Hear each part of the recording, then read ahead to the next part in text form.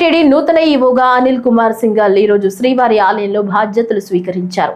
అలిపిరి నడక మార్గం ద్వారా తిరుమలకి చేరుకున్న అనిల్ కుమార్ సింఘాల్ కు టీటీడీ అధికారులు స్వాగతం పలికారు. ముందుగా ఆలయ సంప్రదాయం ప్రకారం వరాహ స్వామివారిని దర్శించుకున్న అనంతరం వైకుంఠం క్యూ కాంప్లెక్స్ ద్వారా శ్రీవారిని దర్శించుకున్నారు. అనంతరం రంగనాయక మండపంలో టీటీడీ ఈవోగా బాధ్యతలు స్వీకరించారు.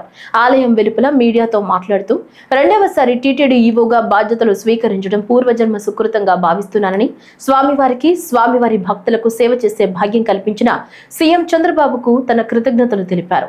2017 నుంచి 3 ఏళ్ల పాటు ఈవోగా సేవ చేసే అవకాశం లభించిందని, 5 ఏళ్ల అనంతరం మళ్లీ ఈవోగా రావడం ఆనందంగా ఉందన్నారు.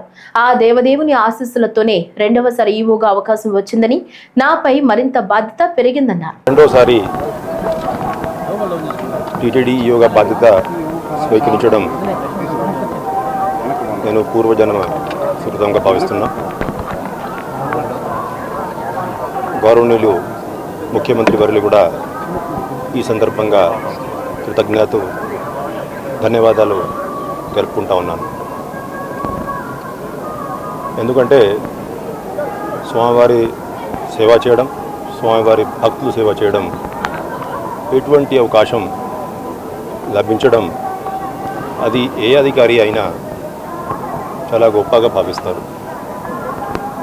అటువంటి పరిస్థితుల్లో మొట్టమొదటిసారి మే 2017 నుంచి అక్టోబర్ 2020 దాదాపు మూడు సంవత్సరాలు 5 నెలల పాటు అవకాశం స్వామివారు కల్పించారు. మరి 5 సంవత్సరాల తర్వాత రెండోసారి టీటీడీగా రావడం, మధ్యలో కూడా ప్రిన్సిపల్ సెక్రటరీ అండ్ గవర్నమెంట్స్గా టీటీడీ బోర్డు సభ్యుని కూడా పనిచేయడం జరిగింది. ఎంతోమంది టీటీడీ అధికారులు, అదేవిధంగా ఎంతోమంది భక్తులు గత కొంతకాలం నుంచి స్వామివారు మీకు టీటీడీ యోగా మళ్ళీ అవకాశం కల్పిస్తే బాగుంటుందనేది కోరుకోవడం జరిగింది. వీళ్ళందరి ఆశీస్సుల వల్ల సాధ్యమైందనేది నేను భావిస్తూ ఉన్నాను.